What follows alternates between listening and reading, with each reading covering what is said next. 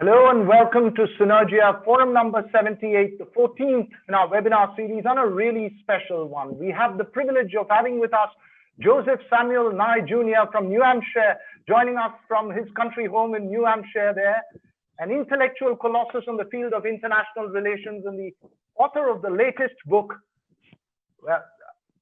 Do Morals Matter? Foreign Policy Under Presidents from FDR to Trump. Thank you so much for joining us here at the Synergia Forum. My pleasure. Right, and also joining us will be Arun Kumar Singh, a distinguished Indian diplomat who will be in conversation with Mr. Joseph Nye. Mr. Singh was India's ambassador to the United States and has had a ringside view of Washington, D.C. Thank you so much for joining us here, Mr. Singh. Thank you. Right. Before I hand over to you for the conversation for the first half of this webinar, let me just run all our audience as well as our guests through the format that we will be following at the Synergia webinar this evening. We will first have a conversation between Mr. Arun Kumar Singh and Joseph Nye for the first 30 minutes. This will revolve around his book, Do Morals Matter? And once that conversation is over, we will open the floor for questions. We will have a freestyle discussion with our special guest this evening, Suhasini Haider, National Diplomatic Affairs Editor of The Hindu, and Ambassador Lata Reddy. We hope to be joined by more guests as well as the Synergia Foundation's Major General Moni Chandy, Toby Simon, and other research scholars from the Synergia Foundation who are all thrilled and want to ask their questions to Mr. Nye. Well, without any further delay, may I hand over to Mr. Arun Kumar Singh. Sir, please go ahead to begin the conversation with Mr. Nye. Thank you. Thank you, Viraraghav. And it's really a privilege for me to be speaking to Professor Joseph Nye.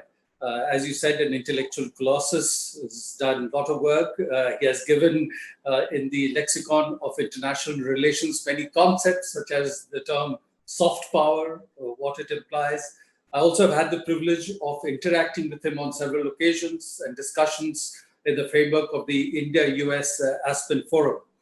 And Joe, I must say, I was impressed with your characteristic boldness that you decided to write a book about morals and morality in international relations, when everyone argues that the foreign policy, international relations are really based on realpolitik, on hardcore interests of nations. So tell me, from your perspective, when you say do morals matter, are you suggesting that leaders look at morality, moral norms in deciding foreign policy issues? Or is it that decisions are based on real hardcore interests, realpolitik, and they give it a veneer of morality? Or a third variant, that whatever may be the reason behind their decisions, others, scholars, analysts, citizens, have a right to judge their actions based on morality and moral norms. So how have you addressed this issue? Well, it's a good question, Arun. I must say, when I was working in the State Department, I worked with a French diplomat, and I once said to him, do you ever worry about the moral aspects of what we're working on? And his response is, the only morality for me is the interests of France. And I don't think he realized what a profound moral judgment he'd made, that nobody else counted. And certainly you see this with people like Donald Trump, America First, so forth. Every leader has to defend the interests of his or her people. That's what they're a trustee for them. The interesting question is not whether they defend the national interest, it's how they define it. And you can define it narrowly, in which I win, you lose, or you can define it broadly, in which we can both win. And that, to me, is where the moral question comes in. It's not that you ask a leader to sacrifice the national interest. It's you ask a leader, can you think of ways to approach your national interest in a ways that's good for others as well as good for yourself? Sometimes you can, sometimes you can't, but at least you can try. I mean, a classic example of this was the Marshall Plan in the period after World War II, where Harry Truman gave away 2% of American gross domestic product to the Europeans. That was good for the Europeans. It was good for the Americans too. So that would be what I call a broad definition of the national interest. And today, an analogy would be to say, yes, I will, for example, make sure that my own people are vaccinated when a vaccine for COVID is discovered, but I will reserve 10% or 20% of the vaccine for a fund to help poor countries, particularly their healthcare sectors, right away, so that they don't have to wait until the last American or the last Chinese is vaccinated, for example. That would be a broad definition of national interest, and that's where the morals come in. Not that you're giving up the national interest, because that would be good for us as well as good for the poor countries. So that's what I mean when I say morals matter.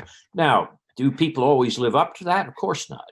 And that's why I tried in the book to say, if you take a cynical view that they don't matter, are you going to get history right or wrong? And what I tried to do in the book is give you some examples where if you have the cynical view that morals don't matter, you'll probably get the history wrong. I had a related question that when we look at the morals by which the leaders may have guided themselves or may have used to articulate their arguments, should we judge them by the morality of their time or the morality and moral norms of the time when we are having the discussion or doing the analysis? And I'd like to cite for you the example of Woodrow Wilson.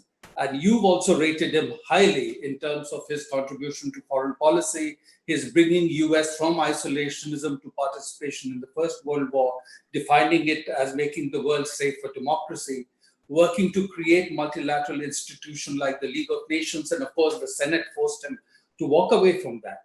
But today, Woodrow Wilson is being judged very harshly, and his statue has been removed from the institute, from Princeton, from the institution where he studied. He was a president for some time, and his name is being removed from the School of Public Policy and from Wilson College. So how would you say, which morals, which norms should we judge them by?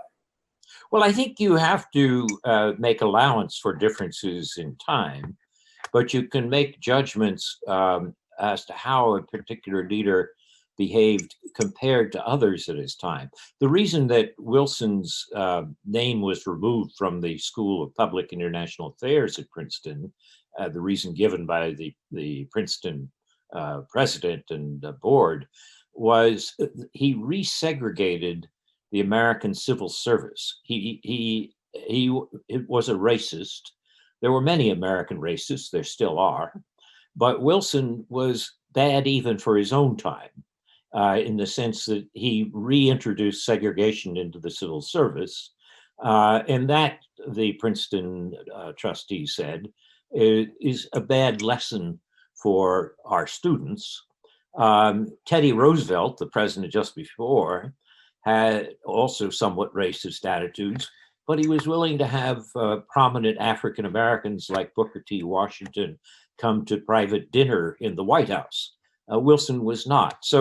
So again, you have to judge in relation to the time. Racial attitudes of racism generally have been a problem in America ever since slavery. Segregation was a residue of that. Wilson's segregation was not his alone, but he took it one step further than the others by reintroducing the issue of civil service discrimination within the civil service. So I think that would be the argument that, yes, you have to take into account the ethics of the time, but then you can judge somebody in terms of how they behaved even by those ethics at the time. You write in the book, and here I'm going to quote you, that most presidents have been liberal realists with a touch of cosmopolitanism. Mm-hmm. How could you elaborate on that? Because the US presidents have been very varied. You've had FDR, you've had Eisenhower, of course, you now had Kennedy, Obama, and now Trump. So how does this capture, in a sense, all the presidents you're talking about? Well, Trump doesn't fit that. Trump really, there's no liberalism in him and no cosmopolitanism. And his realism is even lacking in the sense that tends to focus very much on his personal interests rather than just national interests. So I of the 14 presidents that I studied for this period since 1945, that characterization would cover most of them, but it certainly wouldn't cover the current president. But the others, I try to argue that they do tend to start with realism. They have to think of survival of the country, of the basic national security interests and so forth, but they don't have to stop there. They can think more broadly in terms of, can they help create institutions and frameworks such as the United Nations, such as the institutions that Truman created, and or more recently when Bill Clinton supported the World Trade Organization and so forth, or Obama supporting the Paris Climate Accords. Most of them think of realism as a starting point, but go beyond it and add liberal instances, and can add cosmopolitan instances concerned with humanitarian issues. So I think what you find is that when people try to simplify international relations into their three schools of thought, you're either a realist or a liberal or a cosmopolitan. In practice, we all have a little bit of all three of those, though we start with liberalism, and that's probably the right place to start. And again, I leave an exception for the current incumbent, who really is way out of the traditions of post-war American foreign policy. One of the controversial concepts that emerged from the US and the West, especially after the dissolution of the Soviet Union and arrival of the unipolar moment, as it were, was the concept of responsibility to protect. That the US now was the sole unchallenged superpower, and it had not only the capacity, but a responsibility to intervene in domestic societies if they felt that certain norms were not being observed. And it led to horrendous consequences in Iraq, in Libya, some have argued in Syria. And also, while doing this, the US does not accept restraint on itself, as it were. For example, the United States has refused to join the International Criminal Court. And when the International Criminal Court has said recently that it wants to check the action of US soldiers in Afghanistan, the US has imposed sanctions against officials of the International Criminal Court. So how do you look at this sort of dichotomy? Looking at others to observe certain norms, but not accepting them for yourself? Well, I think there's always a danger of great powers giving themselves an exemption. And the Americans have done that, and one has to not excuse it, but just say that that happens. On the other hand, there are many cases where the United States has adhered to international norms and restrained itself. The interesting point that you mentioned about this UN resolution responsibility to protect is it didn't really start with the US. In the period after the Cold War, when the Soviet Union no longer existed, It could not balance American power. And in that period, there was something of a hubris in the United States. For example, the feeling that history was over, that now everything was going to be a liberal international order, which meant that you protected countries out of liberal or cosmopolitan aims, even if it wasn't consistent with the UN Charter, led to the bombing of Serbia over ethnic cleansing in Kosovo, despite the fact that the Russians were not willing to agree to a Chapter 7 resolution in the Security Council. And so in that sense, and the Russians often bring this up, the Americans were violating the UN Charter provisions, the strict provisions. And that feeling was not just American, though. This view that international humanitarian law should be broadened to protect people who are being brutalized by their governments, as, for example, the Kosovars were by the ethnic cleansing from Belgrade, that should be generalized into a responsibility to protect. And that passed the UN General Assembly with no abstentions. I mean, there were no vetoes in the General Assembly, but the Russians, the Chinese, others went along with it. On the other hand, it was probably a step too far. And when Gaddafi was threatening the citizens of Benghazi in 2011, the Responsibility to Protect resolution was first introduced by the Europeans and then pressed on the Americans, but with support from the Arab League.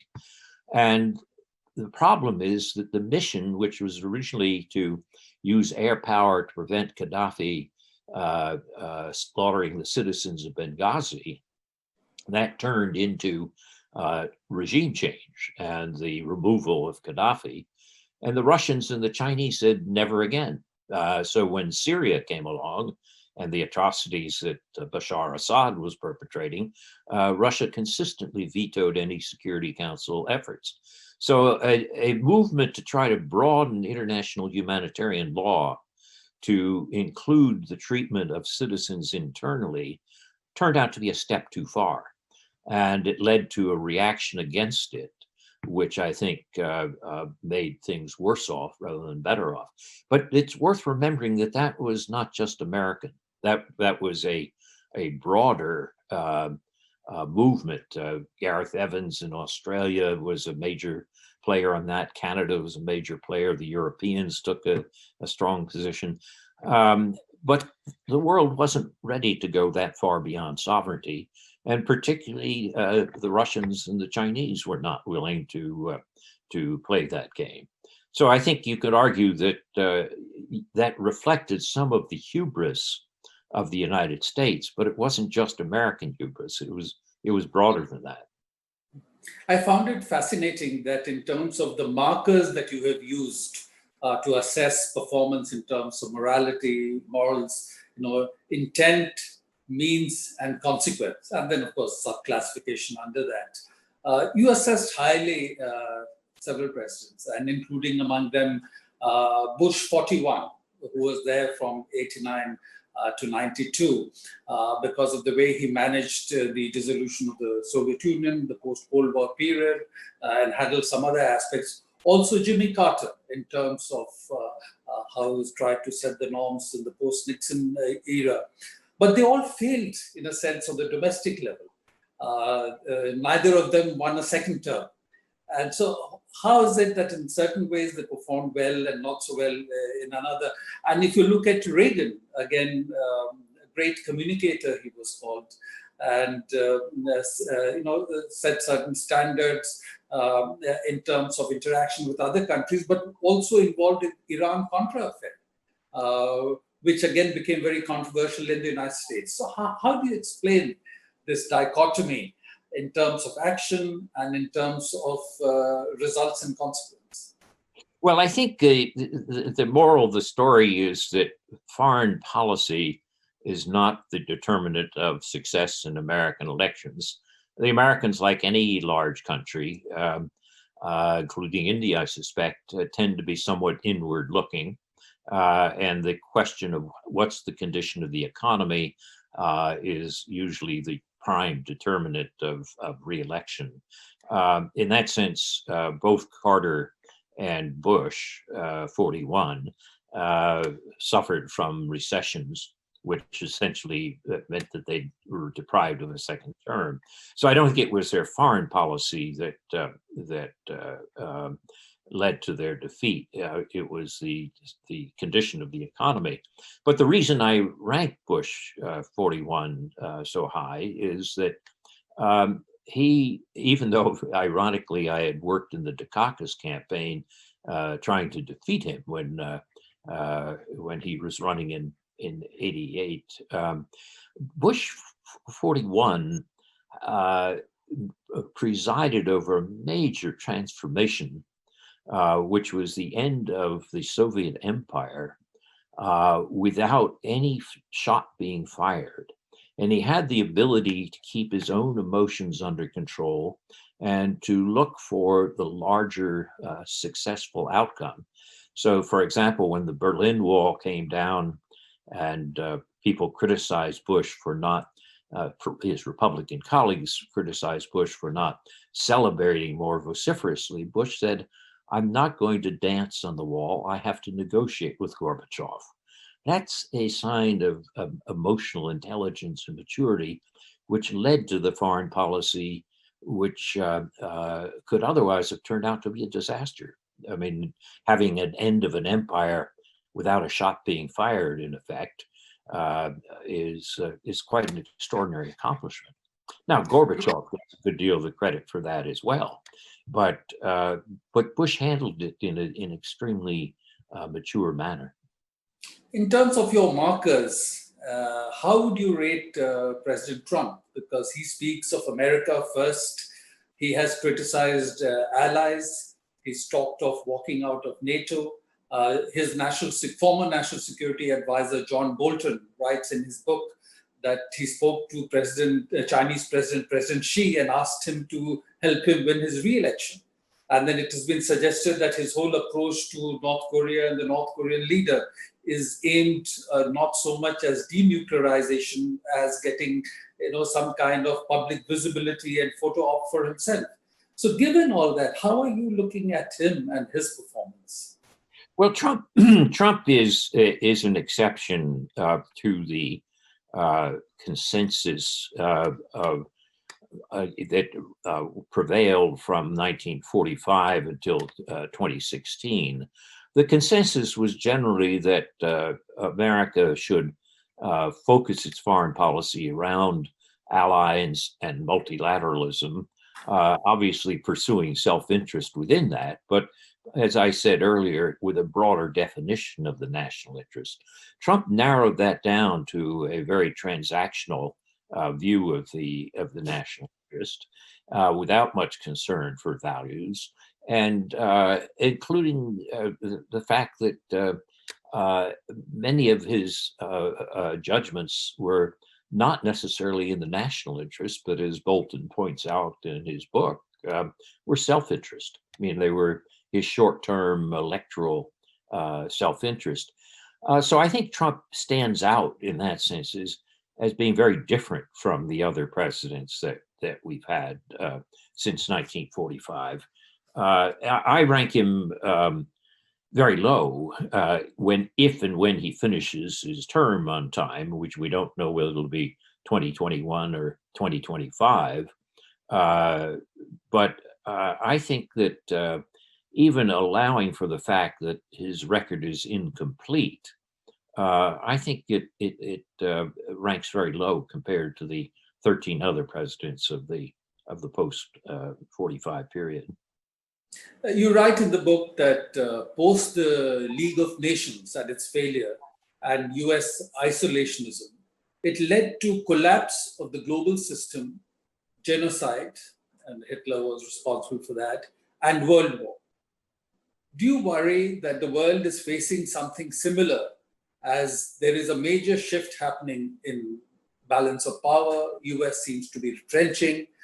Some are saying it's a multipolar world. Some are saying it's a zero polar world.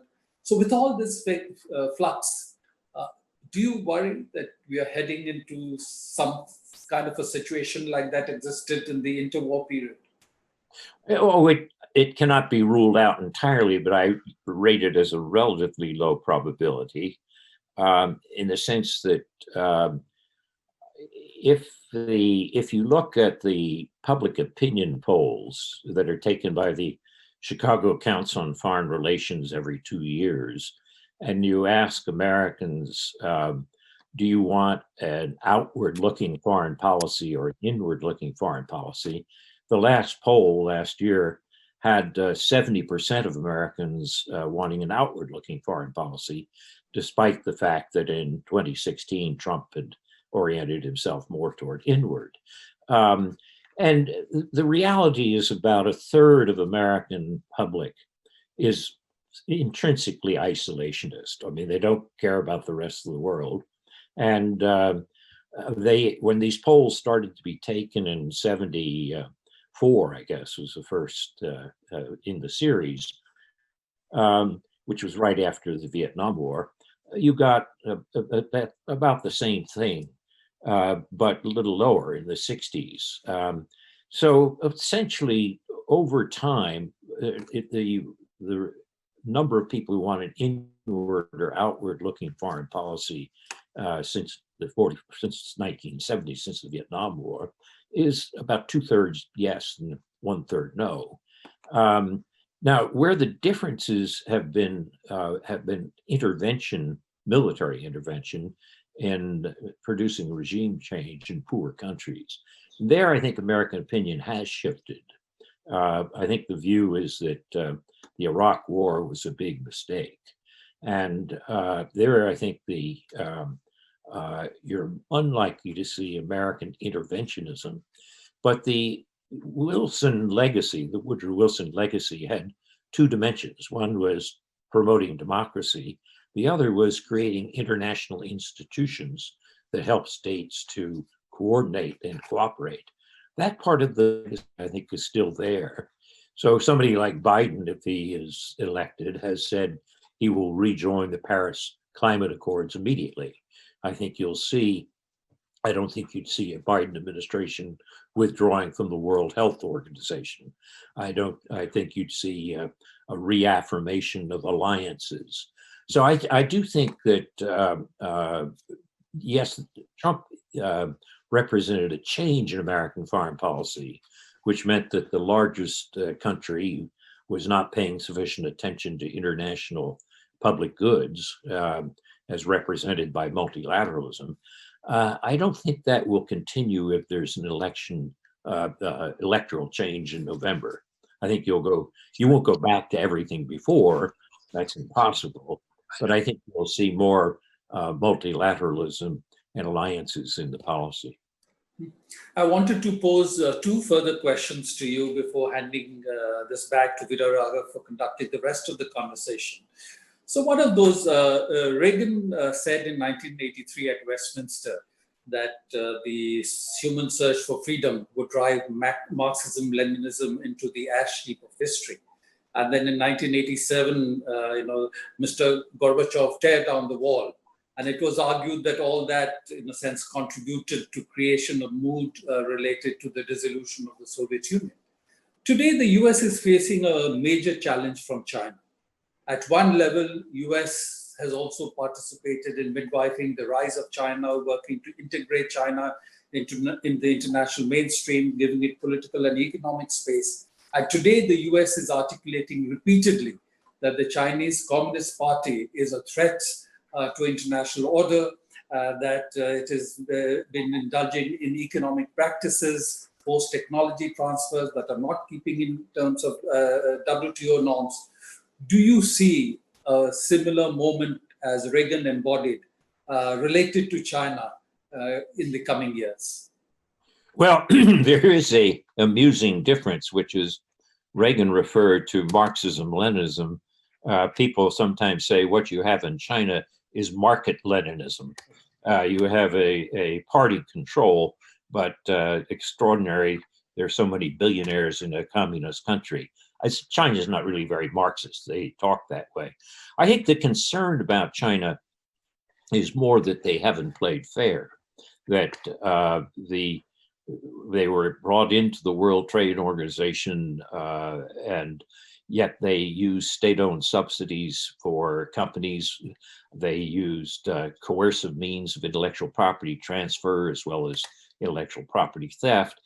And in that sense, Trump got a degree of support for his taking a tough line on China. And frankly, I think that's right. If you ask me personally, I think it would be a huge mistake to allow Huawei to build 5G telecommunications, because it is a company that's very close to the Chinese Communist Party and military. China doesn't allow Google or Facebook to work in China for security reasons. I think the argument that China then demands that we treat Huawei as a normal company is ridiculous. So there are changes that are going to occur in American policy toward China. And it's going to be true whether it's Trump or Bush, Trump or Biden who becomes president. There is a feeling that China has abused its position, and that it's time to push back on this. What I don't like is this idea of people talking about a new Cold War. We don't need a Cold War with China. We need a stronger policy to push China into accepting certain reciprocity into certain areas, such as I mentioned. And we need to deter China from military aggressiveness. If you look at the US-Japan Security Treaty, that has been a bedrock of our policy toward China, not in terms of aggression, but in terms of just saying that if China tries to push us beyond the first island chain, as it's called, pardon me, one of the parts of the first island chain is named Japan, and they pay to keep American troops there. 50,000 American troops, the Japanese are delighted to have them there.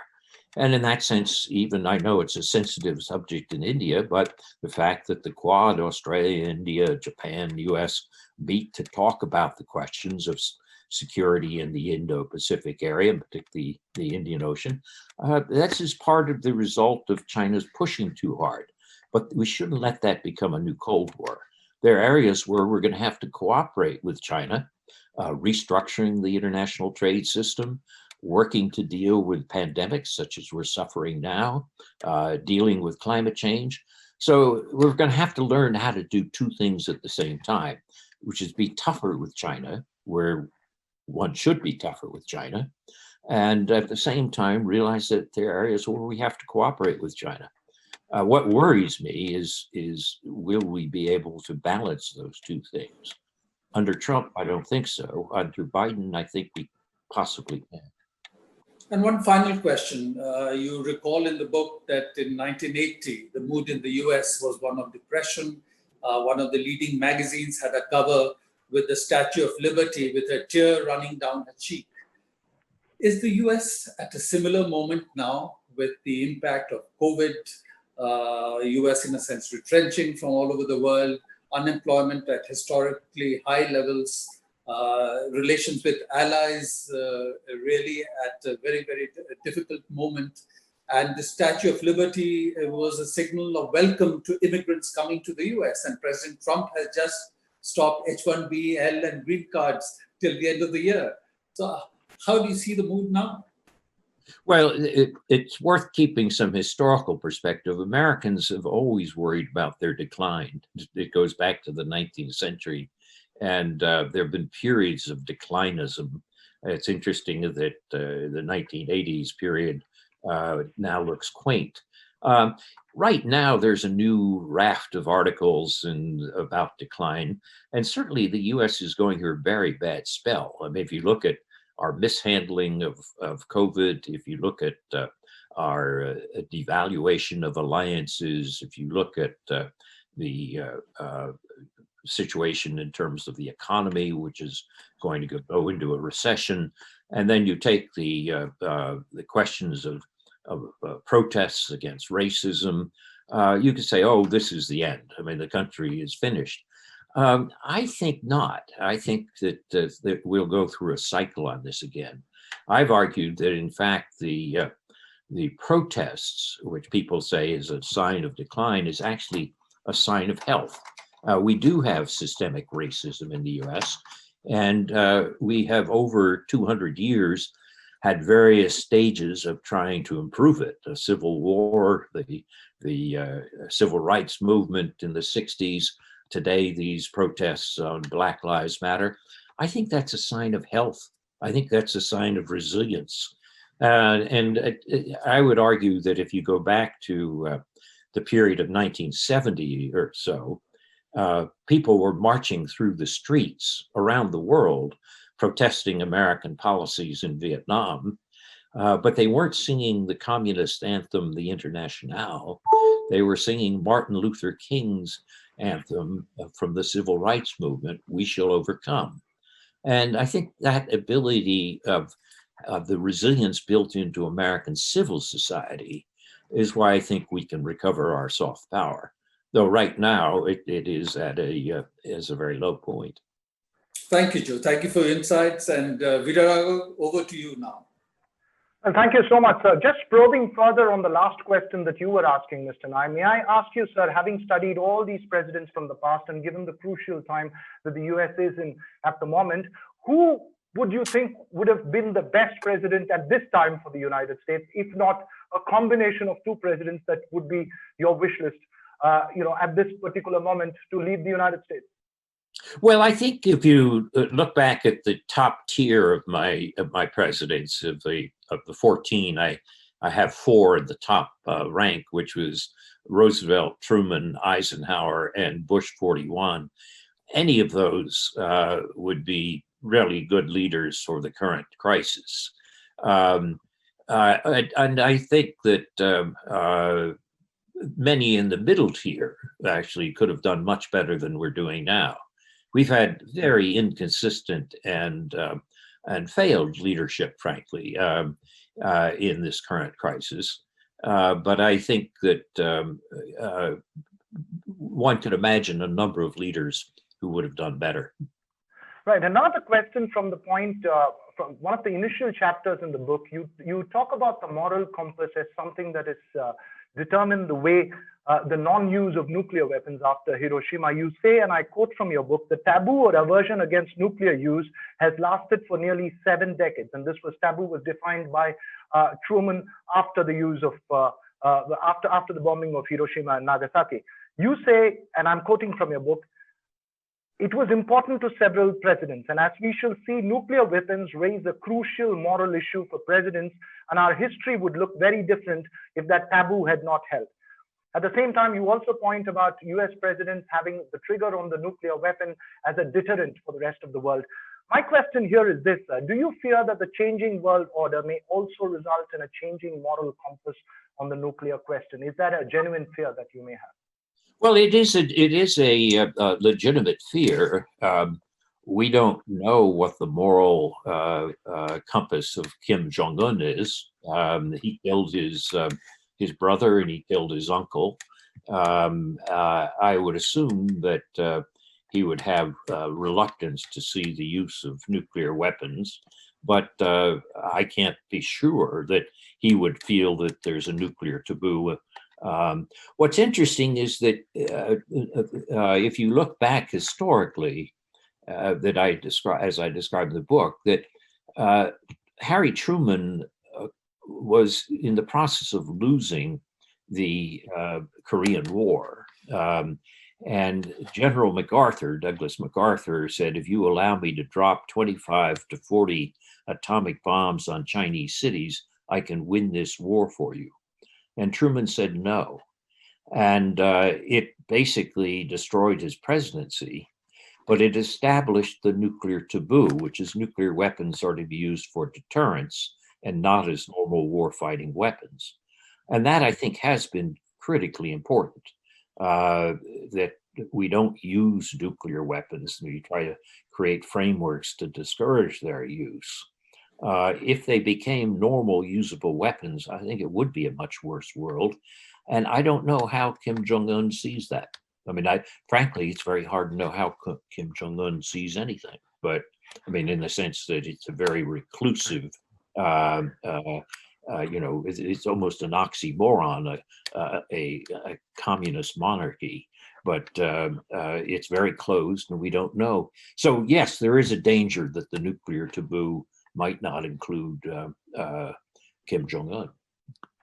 Right, thank you so much. May I now call upon Ambassador Lata Reddy as well as Suhasini Haider. First, Ambassador Reddy, to make your first intervention, observation, or a question to Mr. Nair. Can you hear me, ma'am? I can hear you, but I can't see myself, but that's okay. We can see you.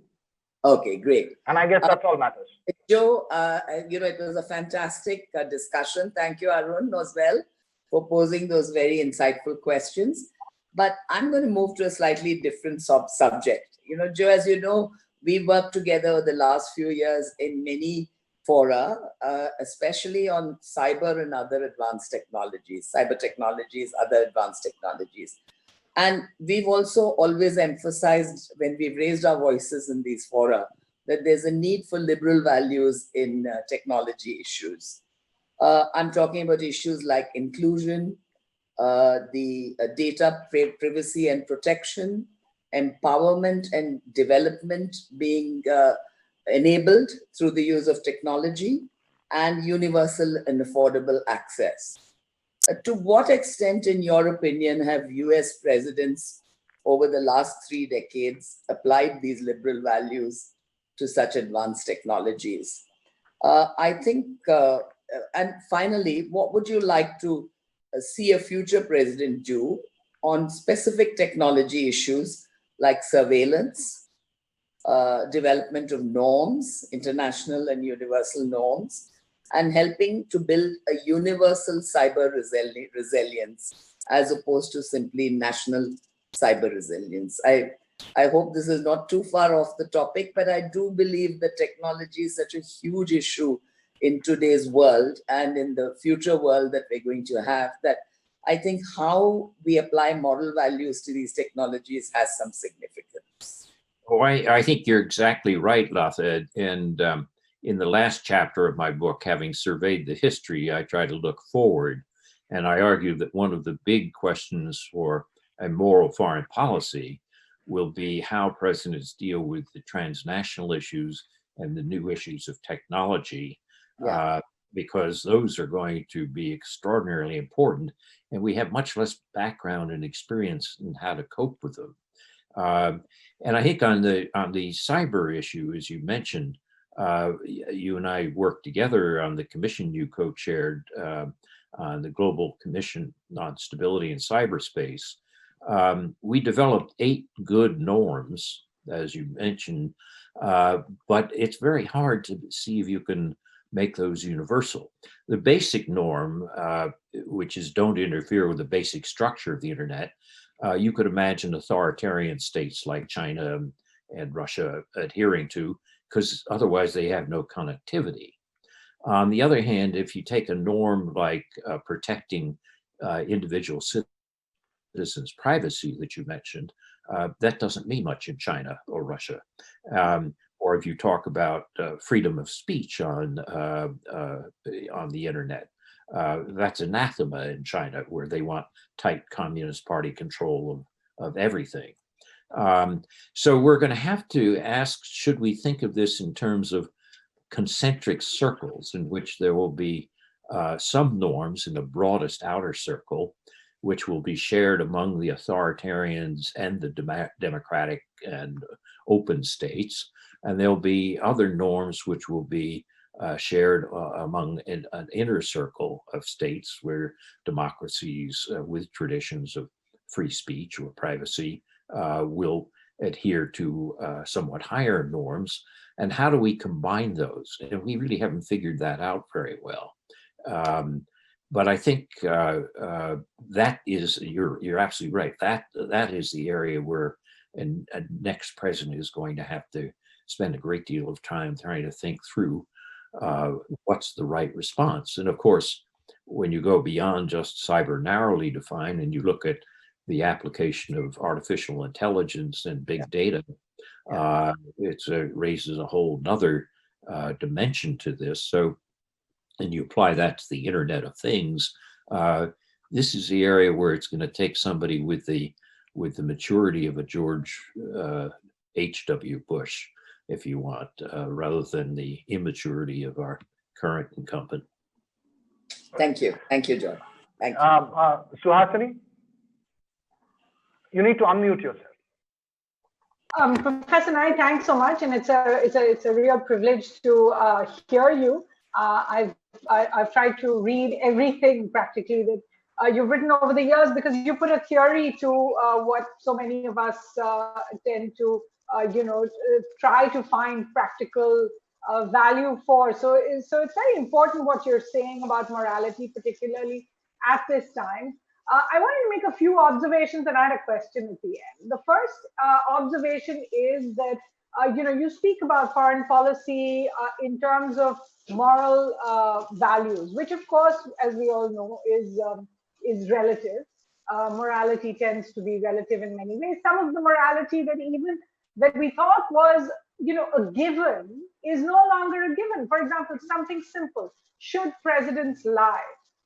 In the old days, the answer may have been yes, presidents might lie if it's a question of national security, if it's a question of the troops' safety or security, something like that. Today, we have a situation where, and I would say the US president has actually been caught lying on a few occasions. We had a situation with India last month when he said that he had had a certain conversation with Prime Minister Modi. The Indian government came back and said, actually, they haven't spoken for more than a month and they never discussed the issue. But it went on as business as normal after that. So maybe it is a reality that yes, presidents lie and sometimes they get caught out and sometimes they don't. Questions about should leaders interfere in elections in other countries by picking sides? In the old days, this would have been a question of morality, where you would have said, no, I don't interfere in somebody else's elections. But I would say even a country like India that has held these precepts, if you like, so dear, is changing now. And I know that the diplomats on this show might disagree with me, but I think the Indian government has made it very clear that it does have a preferred side in the US election, because it's very clear that the Democrats are criticizing a lot of their actions. And despite all the trouble that one might think India's had with Mr. Trump, he came out here just months before his own election, and he has held not one but two political rallies alongside the Indian Prime Minister. So I'm just saying that maybe the prism has just completely changed on what is morality and whether morality works at all. The second question, the second point I wanted to make really is, are we differing between the foreign policy we espouse, which is what then brings you soft power, which brings you the world, the world looks up at you, the world wants to be like you, or is it the foreign policy you carry out? Because now, just to be contrarian, let's say when Mr. Trump says that allies must pay more, or that the US cannot be the policeman for the world and wants to talk to the Taliban, or says, I'll do anything, terrorists must be treated in a very tough manner, or that China and India have stolen from the American people when it comes to taxes. When Mr. Trump goes out there and cuts down visas, I would say that previous American presidents have done exactly the same. Mr. Obama cut visas. In fact, he did a lot of what we've seen on the border with Mexico may not have been as brutal as we've seen in the last few years, but Mr. Obama did carry out deportations in his administration. Mr. Obama did try to talk to the Taliban, and Guantanamo Bay was never shut down, despite what he said.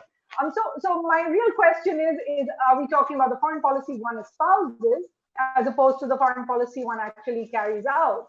And finally, the question I did want to ask you is that we now have leaders around the world, right, who espouse a hard position, a hard stance, no matter what. Whether it's Mr. Trump, whether it's Boris Johnson, and and leaving the EU, whether it's Mr. Bolsonaro in Brazil and his responses, whether it's Prime Minister Modi, and then you add Mr. Putin and Mr. Xi. The fact is all of them espouse really tough action. They all talk about their countries first. What do you think this kind of alpha male behavior is doing to summit level diplomacy as well as to a country's soft power? I'll leave it there. Well, great questions. And each one would take us more time than I but let me try to give you quick answers. Trump is, you're right, all presidents lie.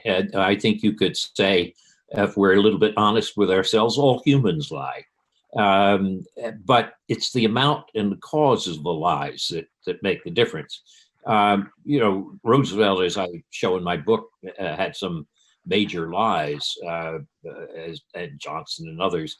Trump is just, debased the currency. The Washington Post fact checkers had something like 10,000 lies in his first 1,000 days in the office. I mean, nobody has accomplished that. The trouble with this is it destroys trust. And so do leaders sometimes lie? Yes. Trump's lies, the extent of them, have really undercut trust. And I think that's the difference between Trump and his predecessors. On the US policy in India, I think it's a mistake to imagine that another 4 years of Trump is going to be better for India than Biden. I think that China is taking a similar bet. And a friend of mine, Chinese friend, said, we don't know what to do about Trump, but he's making such a mess of the United States that maybe he's our preferred candidate. I think that, for example, on the visas issue that you brought up, yes, the immigration is a hard question in the U.S. and it's going to be there, whether it's Obama or Trump or Biden. But stepping back, visas for Indians have been one of the great assets the United States has had. Not just Indians, but we have benefited enormously from the diaspora, which has brought so many talented people in. But when people are losing jobs or worried about migration, a president has to make compromises and trade-offs. So the issue isn't going to go away when Trump goes away, but I hope it might return to more balanced policy, which is to say that we see that, yes, while it's politically difficult, it still is an important source of strength for us, as well as good for the U.S.-India relationship. On the third question of types of leadership, people have sometimes said, well, COVID has shown that authoritarian states are more effective than democratic states. I think quite the opposite, that what we've seen is that the key variable is not authoritarian versus democracy. Xi Jinping and Donald Trump both responded the same way, with denial and then blame shifting. If you look at democracies, some have done extremely well, like South Korea or Germany or New Zealand. And so it strikes me that that it's not the democracy versus autocracy in terms of the type of system the leader governs. It's the style of the leadership, and this, what you might call the nationalist populist leadership, the leader who tries to bluster and bluff and be extra tough and so forth.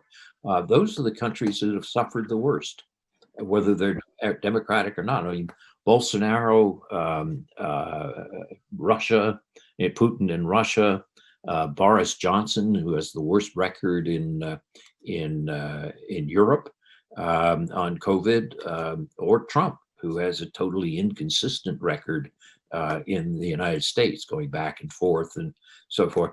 So it's this blustery, populist, extra tough type leadership, which is actually shown to be the greatest problem in the current crisis, and not whether it's democratic. I mean, if you compare that to Jacinda Ardern in New Zealand or Angela Merkel in Germany, you could either say we need a different style of leader, or maybe we need more women leaders.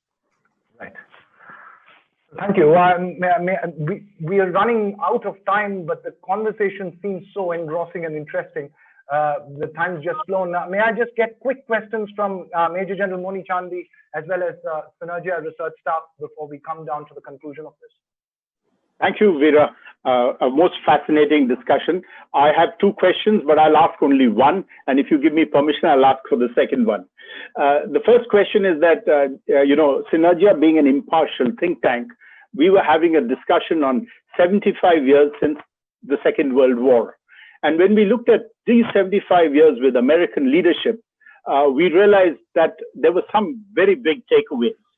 The institution of apartheid, the institution of colonialism, and human development indices have all progressed very remarkably.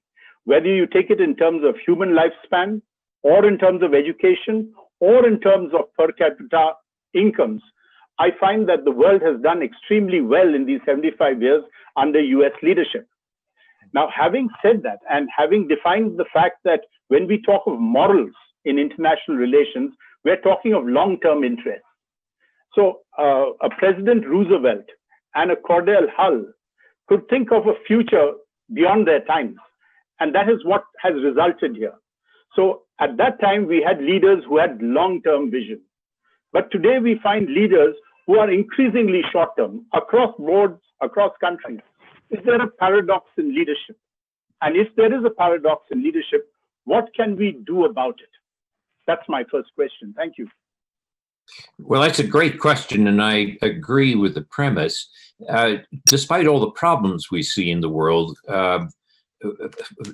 is better. There are fewer deaths, there's less poverty, there is still a certain respect for a degree of institutions internationally. There has been some progress over the last 75 years, but it partly was because of the framework which most American presidents followed, which I call creating global public goods, things that are good for oneself, but also good for others.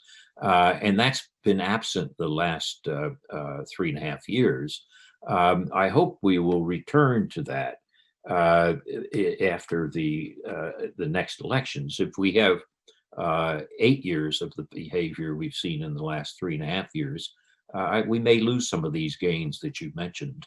So I think a lot depends on the outcome of this next election.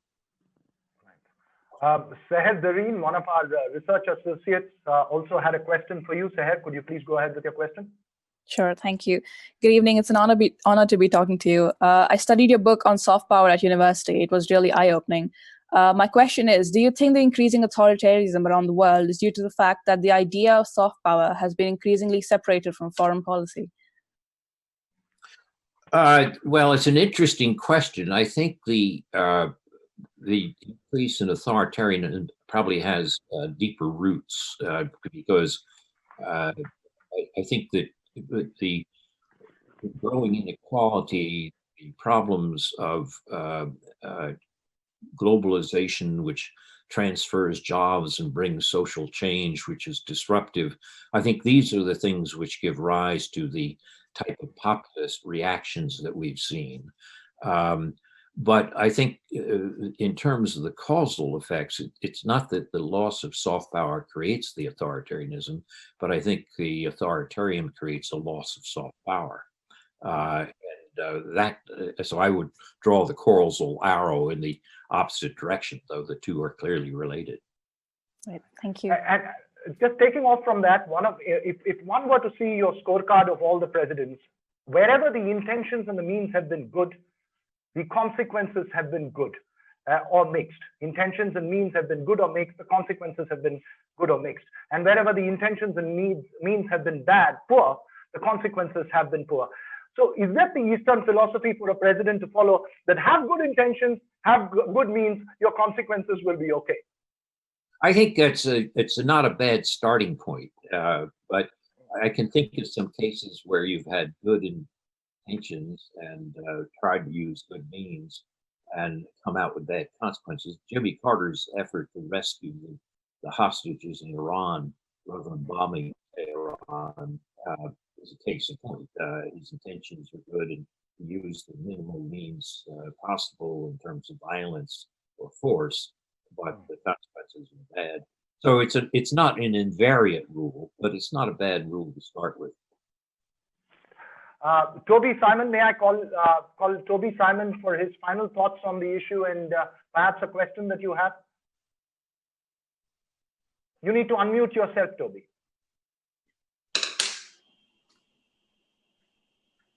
Thank you very much, Joe, for this, and also to Ambassador Arun Kumar, Lata, and Zareen, and also to Suhasini. My question is really just an inference thing. Politicians and presidents, they always desire to win, and they keep changing the compass according to what the people want. And I just want to make a quip that politicians tend to do exactly what the Roman emperors did in the past. Are you entertained? So it looks to me that the mood is populism, and populism was not caused by the politician. It is basically because of failure of governance. Things have changed. So to me, it's unfair to blame the politician or the president. It's a system that we are going through. Thank you. Return quick for that. Good question, Toby. And I think what we're seeing is social media does give an extra premium to entertainment. And a good number of Trump's supporters are hardcore and him entertained. And he learned a lot of his habits on reality TV. Be outrageous and the camera will stay on you. So I think there's a lot in what you say, but the answer for those of us who still care about truth is to do the types of things that you and Synergia Foundation have done, which try to present things in a clear, rational manner, because in the long run, there is a reality and it's not the reality of reality TV. So thank you, Toby, for putting this together. He was defending presidents because he's the president of Synergia Foundation. Yes. So, we're completely out of time, but I can't say no to Major General Moni Chandy. Can you make your second question really, really quick, sir? Thank you. Thank you very much. My second question is that, in 1991, there was a moment which comes seldom in history. The Cold War was won, as the ambassador said, without firing a single shot. Was that an opportunity missed? Because another way of looking at it was that everything that had been envisioned in 1945 was now possible in 1991 when the USSR disintegrated. Did we miss an opportunity is my question. And if we do get such an opportunity again, what should we do not to miss it? I think there was an opportunity missed, and but I also think that to be able to capitalize on opportunity required ability to manage a process of democratization inside Russia. And that could only be managed by Russians. And after 70 years or so of communist authoritarian rule and a destroyed economy as a result of it, they weren't capable of really sustaining that. So sadly, if you look at the Yeltsin years, they didn't produce democracy, they produced Putin. And you see a very big change in Russian foreign policy from, let's say, the early 90s to the end of the 90s. So yes, there was a big opportunity missed. We could have done more perhaps on the outside Russia, but I think a lot of it has to do with forces inside Russia. Right. Before we close, I'm just going to nudge you to make a prediction, sir, because from one of the penultimate chapters of your book, and I'm quoting, this is in the context of the US going to a lull in terms of foreign policy earlier and then regaining its stature in the world. You say whether history will repeat itself in the post-Trump era remains to be seen. But in the interim, the loss of trust in America is a costly consequence of the administration's short-term transactional rather than long-term enlightened self-interest. You've already said you're not going to predict whether the Trump era is going to last till 2021 or 2025. I want to know from you, what is your prediction? Do you believe American stature in terms of foreign policy will be regained in the near future, or is it on the way down? Well, I'd start with the prediction for the elections, which now and this is just not reflecting my preferences, but the betting is now that Trump will lose, that he's handled these crises so badly that you'll lose. If that's the case, then I would bet that American soft power in, let's say, 4 or 5 years would be restored. The way, if one was betting in 1970, many people bet that we could never regain our soft power, but by 1980, after Carter's human rights and Reagan's optimism, basically American soft power is restored. So if we have a change in November, and if we start to deal seriously with our racial problems internally, and the economy recovers, and we start developing our alliances and multilateral institutions internationally, then I would make a bet that, yes, we will recover within a 10-year period.